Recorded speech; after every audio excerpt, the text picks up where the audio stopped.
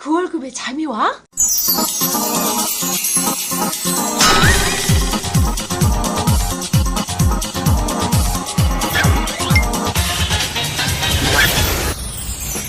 그 월급의 잠이와는 월급이 전부인 2천만 월급쟁이들의 불면증을 해소하는 방송입니다. 예, 안녕하세요. 반갑습니다. 그 월급에도 잠이 오게 하는 방송 모닝스토리 TV 뭉치 양수민입니다. 네, 에이사라파 손철입니다. 네, 피어대표 표현봉입니다. 네, 저희가 몇 차례 나눠서 인생 설계라는 키워드로 방송을 하고 있는데, 참 이게 순수하고 좋은 의도에서 이 방송을 하고 있는데, 또 금융기관들 이 단어를 활용을 해서 또 우리 청취자분들한테 마케팅 활용으로 쓰이지 않을까라는 약간 저는 우려사항이 있습니다. 너무 과한 우려사항인가요?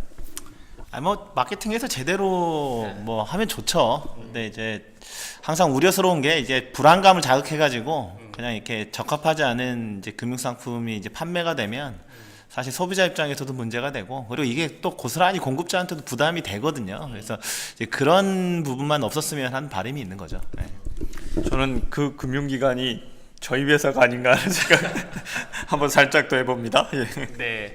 지금 이제 업계에서도 최근에는 이제 이런 인생에 대해서 좀 제대로 된 설계를 하자라는 좀 내용 이슈들이 좀 많이 있는 것 같아요. 또 관련된 교육이라든지 이런 커리큘럼도 많이 생기고 있고, 이런 방향성에 대해서는 어떤 생각들이 좀 있으신가요?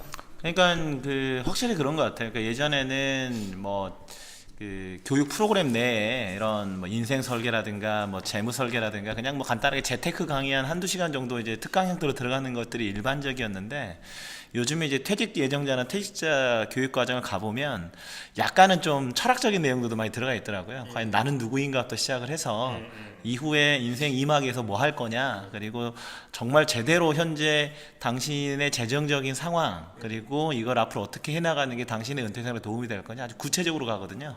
이런 것들은 현재 이런 어떤 우리나라의 트렌드를 반영하고 있다라고 봐야죠. 우리 편집장님 어떠세요? 이게 뭐 출강도 많이 하시는 걸 알고 있는데, 이런 기업체에서도 이런 뭐 인생 설계라는 이런 부분에 대해서 관심이 좀 있습니까? 네, 핵심적인 부분입니다. 생애 설계라는 표현을 쓰기도 하고요. 그게 이제 출발은 임금 피크 제도나 아니면 이제 인생 2막을 맞고 있는 베이비 부머 세대, 1차 베이비 부머 세대들을 중심으로 했지만, 확장성은 이게 그 나이 때 가면에서 하면 된다라는 인식은 벗어나고 있는 것 같아요. 실질적으로 저희가 그 이제 50대 중반 되신 분들한테 인생 설계 관련된 교육을 하면 뭐 반응이 이런 거죠. 내가 지금부터 이렇게 하면 되겠구나라는 것보다 먼저 오시는 거는 이걸 내가 10년 전에 이렇게 해왔으면 뭐 이런 식으로 생각을 간다는 거죠. 근데 저희가 그래서 45세한테 35세한테 이렇게 얘기하면 또 그분들은 나랑 좀 먼 일이라고 생각하는 경향들이 있어요. 근데 이제 기업이나 이런데 그 담당자들도 이런 생애 설계가 각 나이대별로 이렇게 맞춤형으로 들어가야 된다는 인식들이 있고요. 제가 판단하기에는 한 2, 3년 정도 지나면 그런 것들이 훨씬 더 자리 잡을 수 있을 거라고 보고요. 교육 쪽에서는 그런데 실은 금융기관에 대한을 다루는 거에서도 이런 부분이 왜 중요하냐면, 이제 금융 담당자들 만나면 저희가 이제 저희 방송에서 얘기하는 뭐 그게 바른 투자건 올바른 자산관리건 이런 얘기하면 담당자들 그런 얘기 많이 하거든요. 안다고, 그게 좋은 거 저희도 안다고. 근데 소비자들이 그걸 원하지 않는다는 얘기들 많이 하거든요. 그러니까 소비자들이 소위 말해 한탕을 원하거나 이런 것들이 많아서 자기네들도 그거에 부응하는 행동을 하다 보니까 대한민국의 이제 뭐 투자 문화가 이 정도밖에 미성숙된 모습이다라는 얘기들을 해서, 차라리 지금 저희가 말씀드렸던 대로 인생 설계를 통해서 삶을 제대로 조망하면서 그런 부분들을 국민들이 먼저 바꿔주시는 게 저희가 금융기관 바꾸게 하는 데서도 우선적인 역할을 할 수 있을 거라는 생각도 듭니다.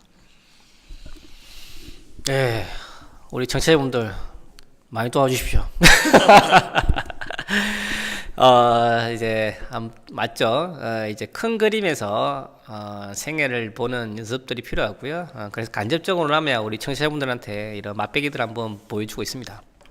그래서 저희가 지난 시간에 인생에도 국면이 있고, 뭐 결혼 준비기, 뭐 신혼기, 자녀 양육기, 자녀 성장기, 뭐 은퇴기, 은퇴 생활 이후에 이런 자산 소비기, 자산 축적과 소비기에 따라 어느 정도 국면이 좀 나눠져 있는 것 같아요. 그래서 오늘은 이 국면별로 좀 어떤 위험들이 좀 있고, 그런 위험들을 좀 해지시키기 위해서 어떤 부분, 어떤 대안을 우리가 한번 고민해 보아야 될까? 간략하게 한번 훑어보는 정도 한번 시간 갖도록 하겠습니다. 예, 그 전에 제가 하나 이제 드릴 말씀이 저희가 이제 보는 그 생애 주기별 아까 말씀드렸던 대로 이제 경제 활동기에는 수익 곡선이 그러니까 수입이 좀 더 늘다가 뭐 그다음에 이제 은퇴하고 난 다음에는 지출이 좀 더 늘어서 그 밸런스를 맞춰야 된다라는 이런 얘기를 하고 있는데 이게 프랑코 모딜리안이라는 분이 생애 주기 가설이라고 처음 만들어준 부분이거든요. 1980년대에 이걸 만든 거예요. 근데 이제 네, 저 에세다빠 흉내 한번 내봤습니다. 예. 근데 이제 저희가 이거에 대해서 이제 전문가들 의견 중에 이런 얘기했어요. 그 주기 가설이 지금은 맞지 않는다는 얘기들을 많이 하세요. 무슨 얘기냐면 그 시절엔 1980년대 이 시점에서는 고도 성장기니까 돈을 조금만 모아도 부를 축적하기가 더 쉬웠고 그 다음에 은퇴 이후에서도 평균 수명도 짧아서 그 모아놓은 돈 가지고 사는 기간도 얼마 되지 않아 그 가설이 맞았지만 지금 삶은 아니다라는 얘기들 하거든요. 근데 이 얘기는 곰곰이 따져보면 좀 황당한 얘기입니다. 그러니까 무슨 얘기냐면 지금은 저성장기여서 부를 축적하기도 쉽지 않고 그러고 나서 은퇴를 했는데 사는 기간도 되게 길고 그러면 1980년대보다도 훨씬 더 생애 주기 가설을 저희가 잘 이해하고 그거에 대한 만반의 준비를 해야 될 시기니까 그에 필요한 자산 축적기의 행동 요령과 자산 소비기의 위험 요소 이런 거 잘 정리해 보시는 거 예, 큰 도움이 되실 거라고 봅니다. 그렇지. 더 중요해지지. 사람들이 연구를 안 한다니까? 왜? 돈이 안 되니까. 돈이 안 된다는 건 뭐다? 고객한테 좋은 거다. 그래서 저희는 계속 다루고 있어요. 정말 좋아요. 자, 그러면 이제 한번 구체적으로 들어가 보죠. 이 자산 축적기와 자산 소비기, 이 경제적 정년 전후로 이렇게 뭐 간략하게 한번 나눠볼게요. 그래서 보시면 자산 축적기에는 크게 네 가지 위험이 있는 것 같아요. 첫 번째 지출에 대한 위험, 두 번째 저축에 대한 위험, 세 번째 사망에 대한 위험, 네 번째 시장에 대한 위험, 그리고 그걸 그를 해당 위험들을 극복하기 위한 방안들이 있는데 첫 번째 지출 위험. 뭐죠 이게? 그러니까 지출 위험이라고 하는 것은 이제 현재 지출을 감당하지 못할 위험으로 볼 수가 있을 것 같은데, 근데 제가 교육을 가거나 상담을 가다 보면 1차 퇴직 시점에 이게 그대로 나타납니다. 1차 퇴직 시점이라면 회사 정년? 네네네. 정년이 아니고 정년 전에 이렇게 뭐 명예퇴직이나 이렇게 하는 건데요. 예를 들어서 연구하셨던 분들 있죠. 원래 연봉이 높으신 분들이에요. 근데 가족들의 눈높이가 이제 상당히 높아져 있는, 지출에 대한 눈높이가 상당히 높아져 있는데 이분들이 퇴직을 하면 실제적으로 재취업이 잘 안 됩니다. 왜? 미스매칭 돼요. 그러니까 본인은 이 정도 급여를 원하는데 문제는 이제 가족들이 이렇게 줄이지 못하게 되는 이런 부분들이 있거든요. 그러니까 이렇게 되면 이제 소득은 주는데 이제 지출 자체가 감당이 안 되니까 아주 단기적으로 재정적으로 문제되는 케이스들이 좀 있거든요. 그러니까 이런 부분들을 우리가 조금 이런 위험들을 사전에 인지하고 우리가 뭐 눈높이에 대한 것도 훈련이 좀 필요하고 안정적인 소득을 어떻게 확보할 거냐 이런 부분들이 좀 필요할 것 같습니다. 그렇죠. 네. 저희 그런 얘기 많이 하잖아요. 과시소비. 근데 내가 과시소비인지를 모르고 소비하게끔 만드는 게 이제 자본주의 사회니까 그런 면에서 예, 체크해 보셔야 될 이슈가 되죠. 예.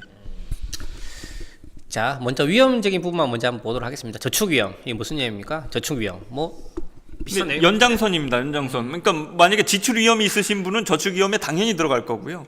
근데 막연하게 생각하셔서 미래에 대한 뭐 저축 이런 게 부족함에도 불구하고 그걸 인지 못하시고 있는 위험이 자산 축적기에 갖추실 수 있는 위험이라고 보는 거죠. 심지어 뭐 쉽게 얘기하면 뭐 월급 받으면은 신용카드 다 나가시는 분들이죠. 현금 없으신 분들이 뭐 이런 케이스는 같으시고. 자, 세 번째 사망 위험. 당연히 이제 뭐 짐작하시다시피 주수입원이 사망함에 따라서 가족들에게 경제적인 부담으로 작용되는 거 당연히 위험이죠. 10억을 받았습니다.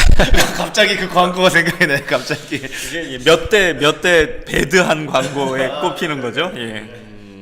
모르시나? 청취자분들? 네, 자, 네 번째 시장 위험은 이제 말 그대로 이제 자산 시장의 하락으로 자산 가치가 하락할 위험. 그래 크게 자산 축적기에는 네 가지 위험인데요. 그럼 이제 이걸 어떻게 한번 극복해야 될지 한번 얘기해 볼게요. 첫 번째 지출 위험. 현재 지출을 감당 못한다. 이걸 어떻게 좀 해결할까요? 일단 뭐 두 가지 측면인 것 같습니다. 일단 그 눈높이를 낮추는 것도 하나의 방법이 있을 것 같고요.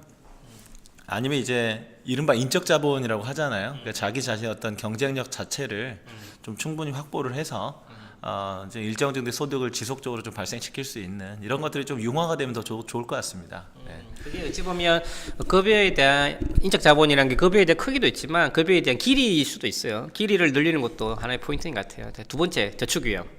네, 저축하셔야 된다는 얘기가 되고요. 그러니까 내가 버는 돈에서 적정 수준의 지출을 하시고 나머지 돈들을 저축해서 그게 이자 수입, 투자 수익 이런 것들을 만들어 가셔야 되는 걸 해줘야 위험을 극복할 수 있다. 이렇게 이해하셔야죠. 그렇죠. 뭐 소비 지출 빼고 남은 게 저축이니까요. 이게 다 맞물려 있고 그러니까 지출하는 것보다 먼저 저축을 해라 이런 개념인 것 같습니다. 자, 세 번째, 사망 위험을 없애기 위해서는 이거 보험회사 좋아하는 건데 무슨 보험이죠 이거?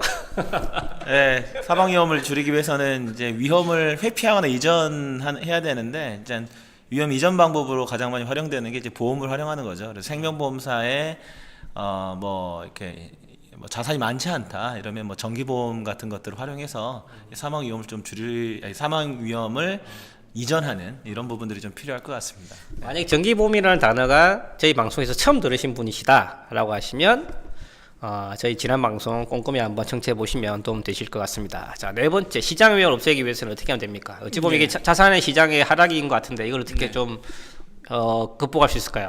시장 하락으로부터 내 자산을 지키는 방법. 쪽집게 같은 전문가를 만나셔야죠. 이번 달에 빠집니다. 그러니까 미리 돈을 빼내십시오. 라고 제가 말씀을 드리지만 그런 거 불가능하다라고 말씀드렸기 때문에 저희가 자산 배분이라고 얘기했고 뭐 예를 들면 요새 유행하고 있는 TDF 펀드 같은 거죠. 타겟 데이 펀드라고 그래서 어느 날을 지정해 놓고 자산 배분을 이제 펀드에서 알아서 해주는 뭐 이런 것들인데 관건은 이겁니다. 이게 언제 쓸 돈인지 아시는 돈이 투자된 거죠. 10년 후에 써야 될 돈이면 지금의 주가 하락이 저희랑 무슨 의미가 있습니까?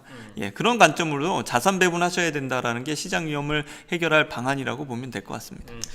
관련돼서는 저희가 다음번에 한 번 더 심도 있게 다뤄보도록 하겠습니다. 2천만 월급쟁이들의 금융호구 탈출을 위한 그월장 프로젝트 특허받은 로봇 자산관리 플랫폼 포토윈과 함께합니다. 세부 사항은 머니스토리 TV 홈페이지에서 확인하세요. 자, 그러면 좀 전에는 자산 축적기에 대해서 한번 얘기해 봤고요. 그 다음에 이제 경제적 정리한 이후에 이제 돈을 쓰는 시기, 이제 수입이 끊기는 시기죠. 자산만 가지고 소비하는 시기인데 이때 관련된 위험을 한번 보고요. 그 다음에 이걸 마찬가지로 극복하기 위해서 어떻게 해야 될지 간략하게 한번 보도록 하겠습니다. 먼저 자산 소비기 때 직면한 위험을 보시면 첫 번째, 지출 위험. 맞죠? 비슷하죠? 지출을 감당 못하는 위험이죠. 이게 뭐가 있을까? 이게 은퇴 이후의 지출 위험. 이게 좀 중요한 포인트인 것 같은데? 그렇죠. 그러니까는 우리가 일반적으로 보면 지출이라고 하는 것도 뭐 나뉘잖아요. 그러니까 뭐 필수적으로 지출해야 될 것들도 있을 거고, 아니면 조금 이제 여유가 있는 상황에서 이제 즐기기 위한 어떤 그런 이제 지출에 대한 부분들도 있을 건데, 이제 가장 비참한 게 이제 어떻게 보면 필수적인 것까지 지출하지 못하게 되는 이런 부분들이 좀 있죠. 그래서 이럴 때는 실제적으로 이런 것들이 사전에 발생하지 않도록 우리가 평소에 이제 관리할 필요성이 있겠다 이런 생각이 좀 듭니다. 그렇죠. 근데 이제 제가 보면 예를 들면 월급쟁이야. 근데 집안으로부터 받은 게 전혀 없어. 근데 외벌이야. 맞죠? 근데 애들 있어. 이러신 분들은 얘기하는 거 이거 능력 있으시잖아요. 근데 이제 일반적인 월급쟁이들, 급여가 정해지신 분들, 정년이 있으신 분들은 딱 보면 제가 시뮬레이션 해보면 소위 말하는 그 기초생활 수급자 정도 생활비가 안 나오신 분들도 생각보다 많이 있어요.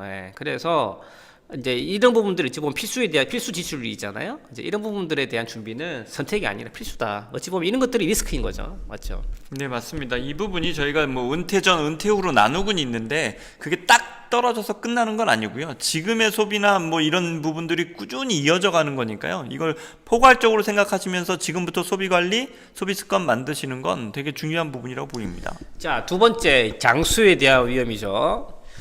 장수. 오래 살면 좋은데 왜 위험이야 이게? 그러니까 이게 오래 산다라고 하는 게 사실은 되게 축복받아야 될 일인데 이게 언젠가부터 축복이라고 보기 어려워졌어요. 그러니까 이 오래 삶으로 인해서 내가 정말 다 천수를 누리면 좋은데 이제 현재 자산으로 감당이 안 되면 실제적으로 엄청난 위험이 있는 거죠. 그래서 이런 것들도 우리가 사실 인생 설계를 통해 가지고 사실 접근해봐야 될 문제이기도 한 것 같습니다. 네.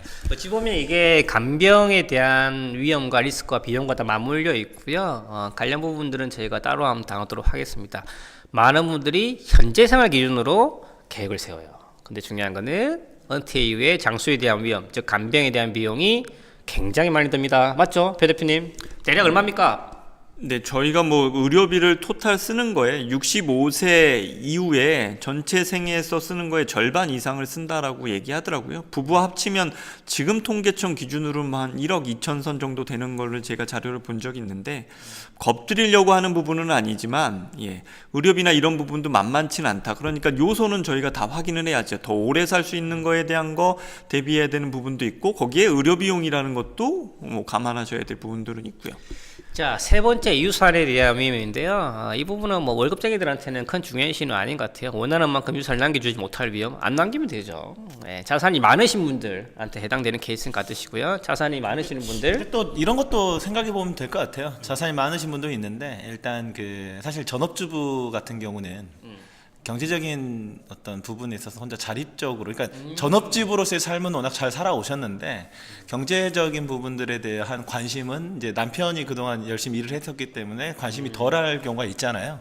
이럴 때 이제 남편 위주의 소득원이 발생을 하다가 이제 사망을 하시게 되면 이제 여자분들에게 원하는 만큼의 유산이 남겨지지 않았을 때는 정말 문제가 될 수 있거든요. 그러니까 이런 것까지 그냥 같이 이렇게 고려해 보시면 좀 좋을 것 같습니다. 네. 여기서 우리 배우자에 대한 애정도가 보이는 거죠. 애정도가. 나 잘했지? 잘했지? 미안해. 자, 네 번째 시장에 대한 위험. 네, 시장에 대한 위험은 뭐 자산 축적기에도 저희가 있었던 거잖아요. 그걸 시간의 힘으로 이겼다라고 치면 은퇴 이후에도 일정 부분 시간의 힘으로 이겨야 될 자산들도 있을 거고요. 근데 궁극적으로는 이제 저희가 모아놓은 돈을 쓰는 시점 정도가 되니까 조금 더 안정적인 자산으로 운영을 해서 이 위험들을 좀 이겨나가셔야 될 필요성이 있습니다. 네. 답을 먼저 주셨네. 그래서 그래 어떻게 극복할까 한번 이제 중요한 포인트이고요. 그래서 이제 첫 번째 얘기한 지출 위험은 뭐 심플하죠. 현재 감당 못할 지출을 어떻게 준비해야 되냐. 뭐 기본적으로 연금이라든지 이런 금융 자산이 될 수 있겠죠. 뭐 또 다른 게 있습니까? 뭐 이제 금융자산이 일단 주가 돼야 될 것 같고요. 근데 저는 이제 사실 지출 위험이라고 하는 것은 일단 지출에 대한 훈련이 일단 필요하다. 은퇴 이후에 대해서 합리적인 지출 금액이 얼마일지를 놓고 일단 훈련이 좀 필요하고, 그리고 그 제도를 몰라서 사실 활용하지 못하는 경우도 좀 있거든요. 그러니까 이를테면 뭐 하다못해서 기초연금이라든가 이런 것도 신청해야지 나오지, 기본적으로 뭐 그냥 모르고 넘어가면 주지도 않는 거니까 그런 것들을 좀 종합적으로 판단해 보시면 좋을 것 같습니다. 제가 봤을 때는 이제 기출 위험을 해지시키기 위해서는 금융에 대한 자본에 대한 준비도 필요한데요. 그것보다 중요한 건 뭐냐면, 사람이 100을 쓰면요 은퇴 이후에 50 쓸 수 있을 것 같죠? 못 써요. 쓸 수는 있겠죠. 근데 대부분 100을 씁니다.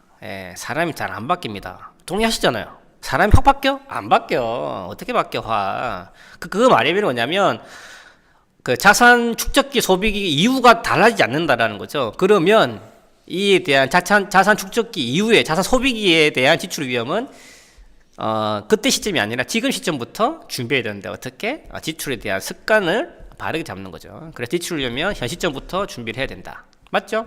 네, 맞습니다. 자, 두 번째. 뭐 더 오래 살 거에 대한 고민은 이제 뭐 상품으로 보면 연금 상품이 그런 면에서 죽을 때까지 나오거나 뭐 이런 것들이 메리트가 될 수도 있겠고요. 또 하나는 좀 보수적으로 잡으실 필요가 있다라는 거죠. 그러니까 보수적이라는 얘기가 뭐냐면, 보통 저희가 강의 가서 100세 시대 얘기하면 다들 끄떡끄떡 하세요. 근데 그러면 나는 얼마 살 거냐라고 물어보시면 절반 이상이 80 안쪽으로 다 그 이상 살고 싶지 않다라는 얘기들 하시거든요. 그러니까 생각하고 알고 계신 거랑 또 몸이 따라가는 거랑은 좀 다른 거죠. 그런데 보수적이라는 건 내가 생각보다 더 오래 살 수 있겠구나라는 관점에서 지금 이제 내가 준비하고 있는 것들이나 이런 것들이 제대로 돼 있는 건지 한번 좀 살펴보실 필요 있고, 그걸 아주 단적으로 이해하실 수 있는 게 이런 게 될 거예요. 그러니까 지금 본인들이 생각하실 때 본인들의 부모님이 환갑이실 때의 모습과 지금 뭐 요새 환갑이셨던 분들의 모습 완전히 다르거든요. 그러니까 저희가 이 평균 수명이 늘어난다는 건 노인 기간이 늘어나는 게 아니라 건강한 몸의 기간도 같이 늘어나는 거예요. 그러니까 이런 걸 대비하기 위해서 내가 생각보다 조금 더 일해야 되는구나. 그때 적합한 일이 뭘까? 뭐 이런 식으로 장수 위험에 대응하는 그런 것들이 필요할 거라고 봅니다. 자, 그러면 어찌 보면 장수 위험은 자기가 통제할 수 있는 변수가 아니죠. 통제 못하는 변수죠. 그러면 저는 통제 못하는 변수는 말 그대로 통제할 수 있는 변수로 준비해야 된다. 저는 이런 생각을 가지고 있고요. 그게 어찌 보면은 이제 종신형으로 받을 수 있는 연금이 될 수도 있겠죠. 그래서 이제 일단은 이게 뭐 보험 상품이 되든 펀드 상품이 되든 신탁 상품이 되든 그게 좋고 나쁨은 둘째치고 일단은 연금 형태가 자기 의지와 상관없이 평생 나올 수 있는 종신형 구조를 갖추는 게 굉장히 중요한 포인트이지 않을까 한번 짚어드리고 넘어갑니다. 자, 세 번째 위험, 유산 위험 또 나왔네 이거 어떻게 극복합니까 이거? 네, 그러니까 이제 원하는 만큼 유산을 남겨주지 못할 위험 같은 경우는 이제 가장 우선적으로 고려할 거는 이제 보험 상품을 고려해 볼 수 있을 것 같아요. 그러니까 생명보험인데 이제 저만 해도 그 실제 이제 아내가 전업주부다 보니까 아직까지 가입은 하지 않았는데요. 그러니까 정기보험은 가입이 돼 있는데 실제 그 변액종신보험 있잖아요. 그러니까 저를 피보험자로 하는 이제 변액종신보험에 가입을 해놓고 수익자를 아내로 해놓으면 그 언젠가 이제 그 피보험자가 사망을 했을 때 이제 수익자에게 보험금이 지급이 되는 부분들이 있어서 좀 장기적으로 봤을 때 뭐 한 건 정도는 가입을 할까 개인적으로 이런 생각을 가지고 있습니다. 나중에 생활비로 쓰게 하려고. 그래서 이런 부분들은 한 번 정도 그 고려를 해볼 수 있지 않을까 이런 생각은 듭니다. 네. 야, 이 다들 이제 남편분들 상담하면 내 죽음 끝인데 이거 뭐 올라타를 남겨줘야 하는데 야, 이 참 리아 잘해줘. 내가 물어볼게. 그러면 우리 에셀 아빠님 얼마짜리 들고 싶어요? 얼마짜리 들고 싶어요? 10억은 좀 그렇잖아. 10억은. 참 사신 방송 그만하십시오. 네. 미안해. 저도요. 자, 마지막 시장 위험. 어떤 시장에 대한 리스크 어떻게 또 해지할 수 있을까요? 네, 뭐 말씀드렸던 대로 기간이 길어요. 사는 기간이 길어서 아까 제가 잠깐 말씀드렸지만 이제 안전자산 위주로 구성해야 된다라고 얘기했는데 여기서도 저희가 뭐 장기적인 물가 상승률에 대응할 수 있는 자산 배분은 여전히 필요하고요. 본인의 이제 돈의 쓰임에 따라서 평생 자산 배분은 유지해 가신다 이렇게 좀 생각하시면 좋을 것 같아요. 그러니까 은퇴 이후라고 다 100% 안전자산 아니고요. 그 돈 중에서도 10년 후, 20년 후 쓰셔야 될 돈들이 있거든요. 걔네들은 적정 비중에서 투자 자산으로 만들어 가시는 게 필요하고 나이 드신 다음에 이런 시스템을 익히는 건 좀 어려웠고 힘들어 하실 수 있으니까 지금부터 그런 걸 연습해 둬서 자산 배분이 자연스럽게 내 자산 관리에 아주 기본이 된다라는 거 습관 들이면 좋으실 것 같습니다. 은퇴하면 돈 받아 쓰려고 생각하셨죠? 앞으로 30년 남았어요.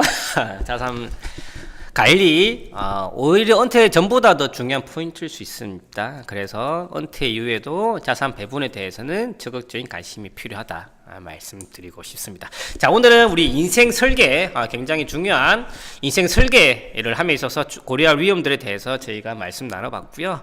마지막으로 하실 얘기 있으신가요? 예, 오늘 뭐 즐겁게 잘 얘기한 것 같습니다. 네, 인생은 설계해 보면 분명 의미가 있다. 말씀드리고 싶습니다.